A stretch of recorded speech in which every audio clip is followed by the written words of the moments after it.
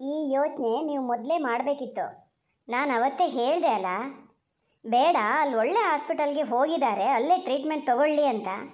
ನನ್ನ ಮಾತೇ ಕೇಳಲ್ಲ ನೀವು. ಅಯ್ಯೋ ಇಲ್ಲಿಗೆ ಬರಲಿ, ನಾವು ಇದ್ದೇನು ಪ್ರಯೋಜನ, ಮತ್ತೆ ಇಲ್ಲಿ ಇಷ್ಟು ದೊಡ್ಡ ಸಿಟಿಲಿದ್ದು ಇಲ್ಲೇ ಟ್ರೀಟ್ಮೆಂಟ್ ಕೊಡ್ಸೋಣ ಅಂದ್ರಿ. ಬಂದರು ಅವರು.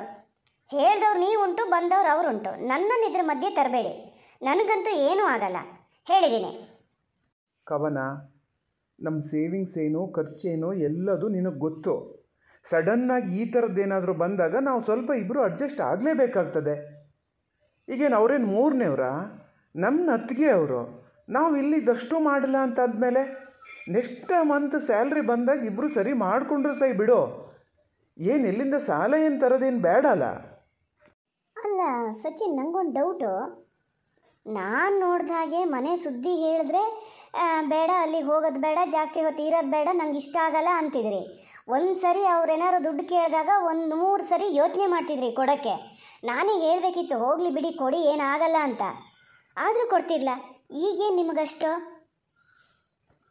ಅಯ್ಯೋ, ಅದನ್ನು ಎಷ್ಟು ಸರಿ ಹೇಳಲಿ ನಿಮಗೆ. ಮೊದಲು ಅವರೆಲ್ಲರೂ ಬೇಜವಾಬ್ದಾರಿ ಜನ ಆಗಿದ್ದರು. ಯಾರಿಗೂ ಜವಾಬ್ದಾರಿ ಇರಲ್ಲ. ನಾನು ಎಷ್ಟು ದುಡ್ಡು ಕೊಟ್ಟರು ಹಾಗೆ ಖಾಲಿ ಮಾಡ್ಕೊತಿದ್ರು, ಮತ್ತೆ ಕೇಳ್ತಿದ್ರು. ಅದಕ್ಕೆ ನಂಗೆ ಕೊಡೋಕ್ಕೆ ಇಷ್ಟ ಆಗ್ತಿರ್ಲ, ಅಲ್ಲಿಗೆ ಹೋಗೋಕ್ಕೂ ಇಷ್ಟ ಆಗ್ತಿರ್ಲ. ಆದರೆ ಅದಕ್ಕೆ ಹಂಗಲ್ಲ, ಜವಾಬ್ದಾರಿ ಇರೋ ಜನ.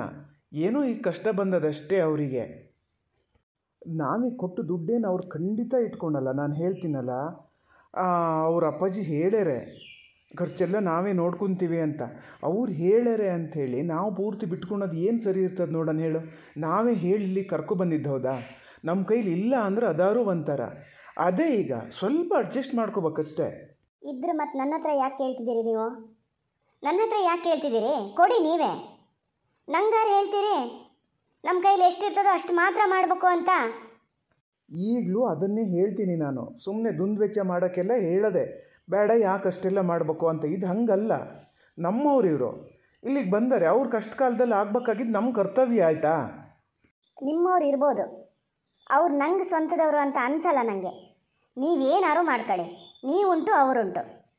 ನಾನು ಹಾಗೆ ಹೇಳಿದ್ರೆ ನಿನ್ನ ಅಮ್ಮಂಗೆ ಹುಷಾರಿಲ್ಲಿದ್ದಾಗ ಅಷ್ಟು ದಿವಸ ತಂದಿಲ್ಲಿ ಬಿಟ್ಕೊಂಡ್ವಲ್ಲ, ನಾನು ಇದೇ ಥರ ಹೇಳಿದರೆ, ನನಗೂ ಅವರಿಗೂ ಸಂಬಂಧ ಇಲ್ಲ, ನೀನೇನಾದ್ರು ಮಾಡ್ಕ ಅಂತ ಹೇಳಿದರೆ ಏನು ಮಾಡ್ತಿದ್ದೆ ಆವಾಗ? ಅವರು ನನ್ನ ಅಮ್ಮ, ನನ್ನ ಹೊತ್ತು ಹೆತ್ತು ಬೆಳೆಸಿದವ್ರು ಅವರು. ಅವ್ರ ಕಾಯಿಲೆ ನೋಡ್ಕೊಬೇಕಾಗಿದ್ದು ನನ್ನ ಕರ್ತವ್ಯನೇ. ಇಲ್ಲಿ ನಾನು ದುಡ್ಡು ಸಂಬಳ ತರ್ತಿದ್ದೀನಿ ಅಂದರೆ ಅವ್ರು ಕಲಿಸಿದ ವಿದ್ಯೆಯಿಂದನೇ. ಅದು ನೆನಪಿರಲಿ ನಿಮಗೆ. ಅವ್ರು ನಿನಗೆ ಅಮ್ಮ ಆಗಿದ್ರು, ನಿನಗೆ ವಿದ್ಯೆ ಕಲಿಸಿದ್ರು. ನನಗೇನು ಅಮ್ಮ ಆಗಿರಲಿಲ್ಲ, ನನಗೇನು ವಿದ್ಯೆ ಏನು ಕಲಿಸಿರ್ಲಲ್ಲ. ಆದರೂ ನಾನು ಯಾವತ್ತಾರು ಆ ಥರ ಹೇಳಿದ್ನಾ? ಇವರು ನನ್ನ ಅತ್ತಿಗೆ ಅಮ್ಮ ಇದ್ದಂಗೆ ಅಂತ ಹೇಳ್ತಾರೆ. ನನ್ನ ಆವಾಗ ಹೆತ್ತು ಸಾಕದೇ ಇರ್ಬೋದು. ಈಗ ಹೋದರೆ ನಂಗೊಂದು ಲೋಟ ನೀರು ಕೊಡೋದು ಅವರೇನೆ. ಮುಂದೆ ಯಾವತ್ತಾರೂ ಒಂದಿನ ನನ್ನ ಅಪ್ಪನ ಮನೆ ಎಷ್ಟು ಚೆನ್ನಾಗಾಗಿದೆ ಅಂತ ನಾನೇನಾರು ಹೇಳ್ಕೊಬೇಕು ಅಂದರೆ ಅದು ಇವ್ರ ಕೈಯಿಂದ ಮಾತ್ರ ಸಾಧ್ಯ. ನನಗೆ ಪದೇ ಪದೇ ಹೇಳ್ತಾ ಇರೋಕ್ಕಾಗಲ್ಲ. ನೀನು ಮಾತಾಡಿದ್ರೆ ನನಗೆ ಅದಕ್ಕೆ ಸರಿಯಾಗಿ ಮಾತಾಡೋಕ್ಕೆ ನನಗೂ ಗೊತ್ತು. ಹೇಳ್ದಷ್ಟು ಕೆಲಸ ಮಾಡು ಅಷ್ಟೇಯ. ನೀನು ಕೇಳಿದ್ದಕ್ಕೆಲ್ಲ ನಂದು ನಿಂದು ಅಂತ ಏನು ಭೇದ ಮಾಡಲ ನಾನು.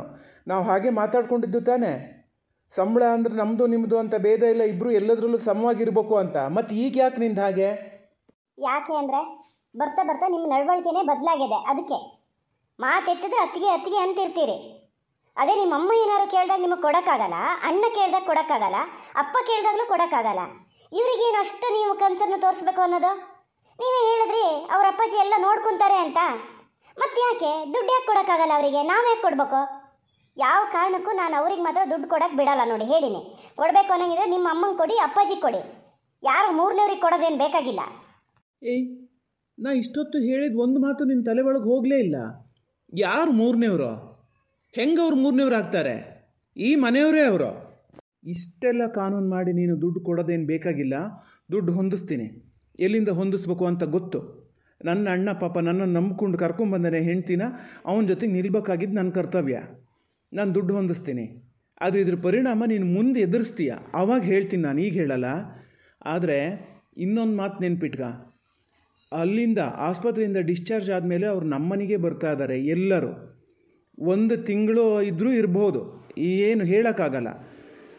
ಅಷ್ಟೂ ದಿವಸನೂ ನೀನು ಅವ್ರಿಗೆ ಏನೂ ಹೇಳೋ ಹಾಗಿಲ್ಲ.